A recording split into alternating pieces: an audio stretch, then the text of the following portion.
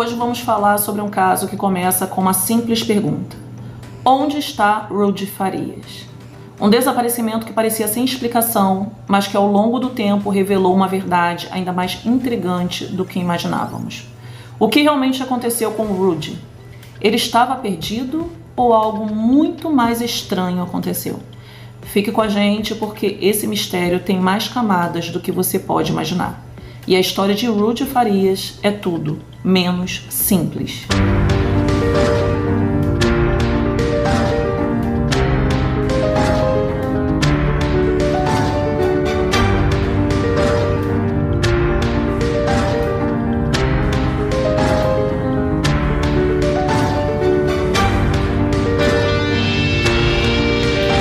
Olá pessoal, hoje vamos abordar um caso que infelizmente não é único, mas que ainda assim nos deixa com um peso imenso no coração. O desaparecimento de Rudy Farias foi uma história que abalou muitas pessoas, mas é apenas uma entre milhares de casos de crianças e jovens desaparecidos ao redor do mundo. O que acontece quando uma vida desaparece de repente sem explicações? Como a dor e a angústia de quem fica para trás se multiplicam. Vamos mergulhar no caso de Rudy e refletir sobre a realidade de tantos outros que enfrentam essa mesma tragédia dia após dia. Fique com a gente e já deixa aqui o seu like, porque essa história vai mexer com você. E agora, nós vamos ao caso. O ano era 2015 e um garoto de 17 anos havia desaparecido. Sua família e amigos o procuravam incansavelmente. Os meios de comunicação lembravam do desaparecimento de Rudy Farias, que ocorreu em 6 de março daquele ano. Por anos não houve nenhuma pista de Rudy, ele era relembrado sempre e a sua busca não parava, mesmo tendo passado 8 anos do seu sumiço. Até que em 23 de junho de 2023 veio a notícia de que encontraram Rudy com vida. O menino agora já era um rapaz com 25 anos de idade e ele foi encontrado caído em frente a uma igreja em Houston, no Texas. Ele tinha hematomas, cortes, estava sujo e seu cabelo estava sujo de sangue. Parecia que Rudy havia escapado após 8 anos de cativeiro. Mas o que parecia ser um final feliz para a família Farias Santana surpreendeu o mundo inteiro. A polícia encontrou um cartão de crédito entre os pertences de Rudy em nome de sua mãe. O estranho é que esse cartão havia sido cancelado já tinham 2 anos. Rudolf Gabriel Farias IV, que era o nome de Rudy, ele tinha 17 anos quando tudo isso aconteceu e no dia em questão ele havia saído para passear com seus cachorros e ele não voltou mais. Foi quando a sua mãe reportou o seu desaparecimento à polícia e disse que seu filho estava passando por momentos difíceis. Podemos dizer que a família de Rudy era bem confusa. Sua mãe teve filhos com diferentes homens e se casou mais de 8 vezes. A sua mãe se chamava Jenny e Rudy nasceu quando ela se envolveu com um homem casado.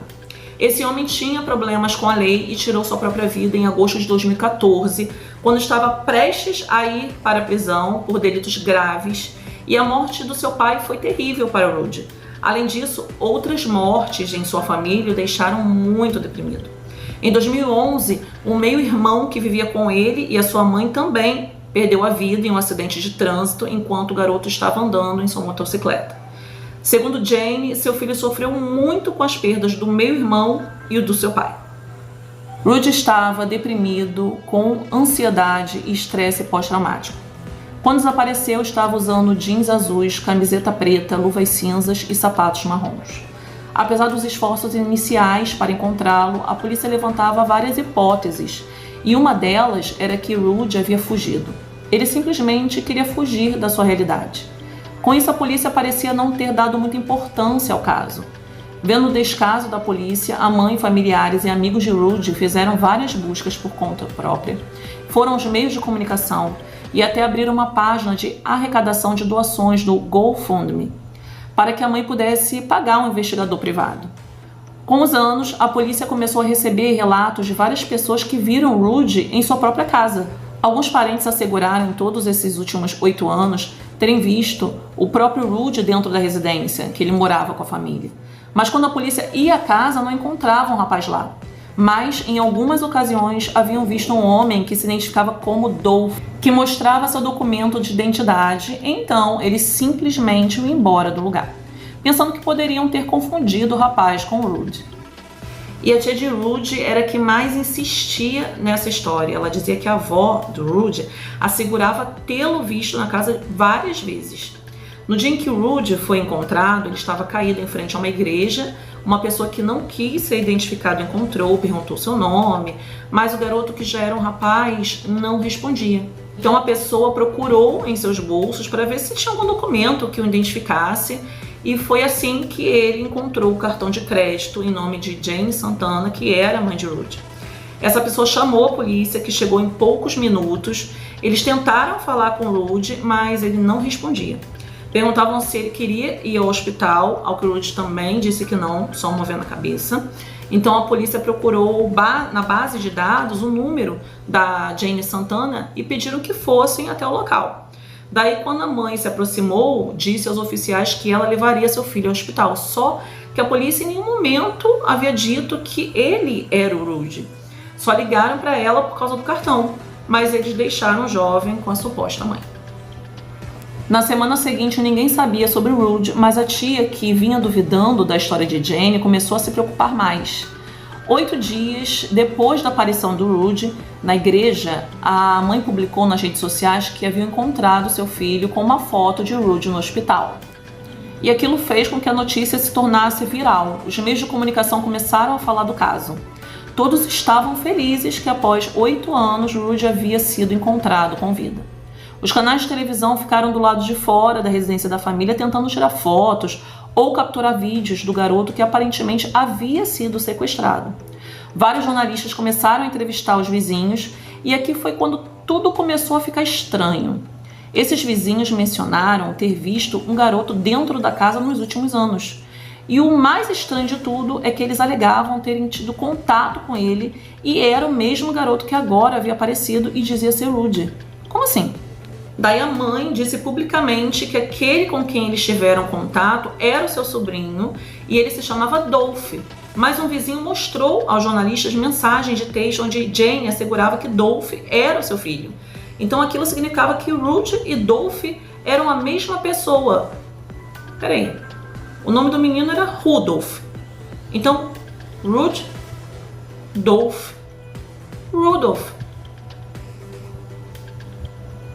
Oh my God! Uau! As dúvidas começaram a surgir nas redes sociais e entre os jornalistas, então Jane decidiu levar seu filho a um hotel. Naquele momento, a tia de Rudy se comunicou com 2 pessoas, uma jornalista chamada Grace e um ativista chamado Kennel X. A tia queria que eles ajudassem a encontrar seu sobrinho e que a mãe contasse a verdade à polícia. Então eles se comunicaram com os investigadores do caso e pediram que fossem com eles ao hotel para falar com Rudy e a Jane. E quando chegaram ao quarto, Jane estava abraçando seu filho, então eles perguntaram a Rudy se ele queria falar. E a mãe se intrometeu dizendo que seu filho se encontrava em um estado não verbal e ele não podia falar, por causa do trauma. Só que Rudy assentiu com a cabeça para Kennel, afirmando que ele queria falar. Naquele momento, o Anel X lhe perguntou se ele queria falar com eles em privado, sem a sua mãe. A que o Rudy disse a palavra sim, ou seja, Rudy podia falar. Então a mãe foi tirada do quarto, mesmo tentando insistentemente fazer com que Rudy não falasse com os investigadores. Ela começou a gritar e insultar a todos. Quando a mãe se retirou, Rudy começou a falar. E o que ele disse foi extremamente triste. Aquele testemunho foi declarado posteriormente à polícia e exposto à imprensa. O que realmente aconteceu foi que o Rudy havia sido sequestrado por sua própria mãe e saiu de casa porque estava cansado de viver como um escravo. Rudy ia ao trabalho com a sua mãe todos os dias, fazia tudo o que ela lhe pedia, como um escravo. Também mencionou que ela batia constantemente nele, trancava-o no quarto, torturava. Até por isso, ele foi encontrado todo machucado em frente à igreja. Ela também usava substâncias ilegais nele para que ele ficasse dopado e sempre fizesse tudo o que ela solicitava. E em várias ocasiões, ela o obrigava a agir como se fosse seu marido, obrigando o Rudy a dormir com ela sem roupa, a banhá-la e outras situações que um filho não deveria estar fazendo com a mãe. E o Connell contou que ao terminar a entrevista, Jane entrou desesperada no quarto e disse a Rudy que ele tinha que mudar a sua história porque ela poderia ir para a prisão. E como toda pessoa manipuladora, disse a ele que por causa dele, ela iria tirar a própria vida. Ele não mudou seu relato, mas apesar da confissão de Rudy, a mãe havia sido posta em liberdade. Ela chegou a ser presa no momento, mas pouco depois, sem explicação alguma, a deixaram ir. Na verdade, ela não aceitava a história, disse que a história do seu filho não era real. Connell X ficou extremamente emocionado ao relatar o caso à imprensa e disse que Rudy confessou muitas coisas mais que sua mãe fez. E quando os oficiais lhe perguntaram por que dele continuar na casa da mãe, se teve oportunidades de escapar, Rudy mencionou que sua mãe não só o dopava com as substâncias ilícitas, mas também o manipulava constantemente, dizendo-lhe que se o descobrissem, todos poderiam ir para a prisão. Rudy assegurou que ele tinha medo, pois sua mãe fazia uma lavagem cerebral, sempre ameaçando de que a polícia iria prendê-lo por seu desaparecimento. Afinal, ele concordou em usar a identidade de Dolph, e quando eles descobrissem que ele cooperou, iriam prendê-lo. Por isso, mantinha uma vida oculta sob o nome de Dolph, e ele não tentou fugir. Na época, descobriu-se que a foto que Jane postou nas redes sociais, onde ela aparecia com Rudy em um hospital, na verdade havia sido tirada no ano de 2012, não era uma foto atual. Um representante do departamento da polícia de Houston, no Texas, confirmou que Rudy desapareceu em 6 de março do ano de 2015, mas voltou para casa em 8 de março, 2 dias depois. Então isso afirmava que ele não esteve desaparecido durante todo esse tempo. Pode-se dizer que o desaparecimento inicial pode ter sido real, mas quando Rudy voltou para casa, a mãe manteve o relatório de desaparecimento que fez na delegacia e manteve o rapaz cativo na própria residência. Parece que a perda de seu filho há anos atrás, no acidente, e a perda do pai, levaram a mãe de Rudy a uma depressão que fez com que ela agisse assim com seu filho. Especialistas que analisaram esse caso acreditam que a mãe poderia ter estado em um estado mental delicado quando seu filho desapareceu por 2 dias, então decidiu mantê-lo como escravo. Outra hipótese do motivo, se é que há algum motivo para o que ela fez, seria o dinheiro. Jane abriu uma conta no GoFundMe onde recebia doações, dinheiro que supostamente seria utilizado para pagar um investigador privado. E uma das grandes contradições desse caso tem a ver com a polícia. Segundo o ativista que ajudou a tia de Rudy, ele gravou em vídeo as declarações do garoto confessando que havia sido encarcerado, drogado e abusado, mas a polícia dizia que não tinham evidências suficientes que demonstrassem isso. Por isso não haviam provas contra Jane. Aquilo gerou indignação na comunidade, porque todos acreditavam que Jane deveria ser investigada e presa pelo que ela fez com o filho. Connell X estava indignado e ameaçou que se não prendessem a Jane, ele iria publicar a entrevista completa com Rudy. O problema é que a polícia precisava de provas sólidas para poder prender a Jane, não apenas um depoimento. Até o momento, a investigação ainda está correndo em busca de provas. Nas redes sociais, pessoas que conhecem a família e gente que começou a se interessar com esse caso estão tentando armar esse quebra-cabeça. Enquanto isso, o que sabemos sobre Jane Santana foi que no ano de 2007 ela perdeu seu padrasto, chamado Rudy John Rodrigues, em um acidente de motocicleta. Com isso, a Jane herdou a casa que atualmente ela tem e é onde ela vive. E em 2011 ela perdeu seu filho, que era o meio-irmão de Rudy, que era o Charles Oreste, também em um acidente de moto. O Charles ele tinha um seguro de vida, no qual deixava como beneficiário seu irmão menor, ou seja, o Rudy. E ele deveria ter dado o dinheiro do seu irmão a menos que ele morresse ou desaparecesse por mais de 3 anos. Nesse caso, a beneficiária terminaria sendo a Jane. Meio que dá pra entender a história toda agora, né? Em 2012, Jane fez um vídeo onde falava de que iam embargar seus bens porque ela não podia pagar a hipoteca e também de que Rudy tinha câncer e pedia ajuda à comunidade para que não lhe tirassem a propriedade. E em 2015 foi quando Rudy desapareceu. Jane então abriu a página do GoFundMe, além de receber doações de fundações que ajudavam crianças desaparecidas. E em fevereiro do ano de 2017, o irmão de Jane, o Jerry Santana, falou sobre Rudy para a imprensa, onde disse que tinha pistas potenciais sobre o seu desaparecimento. Em abril do mesmo ano, menos de 2 meses depois dessa entrevista, esse homem morreu também em um acidente em uma motocicleta. Muita coincidência. Será que checaram os freios das motos? Enfim, Em 2020, morreu Rosa Rodrigues, a mãe de Jane e a avó de Rudy. E a prima de Rudy, Cassandra Lopes, e a tia Pauline contam que a Rosa, a avó, constantemente lhes dizia que via Rudy na casa, já que ela viveu com Jane por uns anos. Mas diante dessas acusações, a Jane dizia que essa senhora estava senil e que não aceitava a perda do seu neto.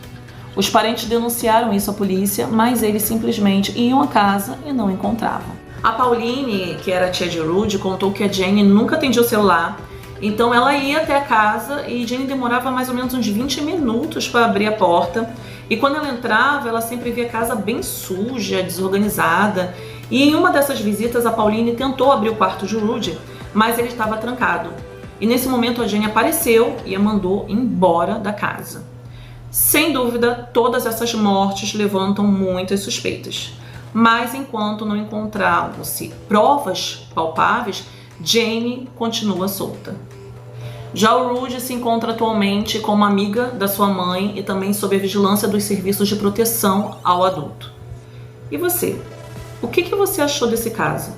Escreve aqui nos comentários e participem dando a opinião de vocês.